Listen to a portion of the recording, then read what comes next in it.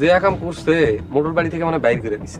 তোরা আমার যে ক্ষতি করছস তোদের আমি জীবনও ছাড়ব না। ভিউয়ার্স, এক এক করে যখন আজগর মোড়লের সকল কুকীর্তি মোড়লদের সামনে এক এক করে প্রদর্শন হচ্ছিল, তখন আসল হক মোড়ল এবং গরিব মোড়ল মিলে সঠিক একটি সিদ্ধান্ত নিয়ে আজগর মোড়লকে এই মোড়ল বাড়ি থেকে বের করার সিদ্ধান্ত নিয়েছে। তো আজগর মোড়ল যখন বুঝতে পারে যে তার সকল রাস্তা বন্ধ হয়ে গিয়েছে এই মোড়ল বাড়ি থেকে, তখন সে নিজে থেকেই এই বাড়ি থেকে চলে গিয়েছে। তো ভিউয়ার্স, আপনারা তো শুরু থেকেই দেখছেন যে আজগর মোড়ল হাল ছাড়ার পাত্র নয়। সে কখনোই এভাবে সকল মোড়লদের কাছে এই মোড়ল বাড়ি দিয়ে সে কখনোই চলে যাওয়ার পাত্র নয়। তো সে চলে যাচ্ছে ক্ষণিকের জন্য। সে মূলত নতুনভাবে মাস্টারমাইন্ড প্ল্যান করে আবারও এন্ট্রি করবে এই মোড়ল পরিবারের মধ্যে।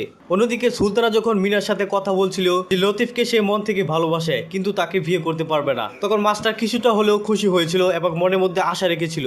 আর যখন শুনতে পায় যে মাস্টারকেও সে বিয়ে করতে পারবে না, তখন মাস্টার খুবই কষ্ট পেয়েছে। তো বলা যায় যে মাস্টার